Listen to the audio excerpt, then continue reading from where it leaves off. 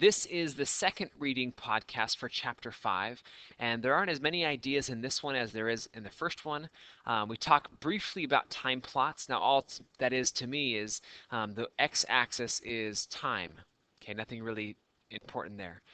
Looking into the future is a section heading. Be aware that you can't take, past what's happened in the past and extrapolate too far into the future without having all kinds of problems. So just be aware of that in connection with time plots. The most important idea, make sure you read this part carefully about re-expressing data. Sometimes the data is very strongly skewed.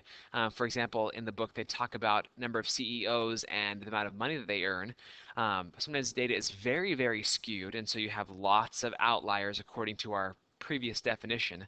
And so it's often helpful for us to re-express the data because, as you'll see later on, there are tools that we have for working with symmetric unimodal data. Okay, so in this case, they took the log of the annual compensation and they re-express that data so it's easier to use. Okay, so read that part carefully about re-expressing data. It's a pretty powerful tool for us when our data is heavily skewed.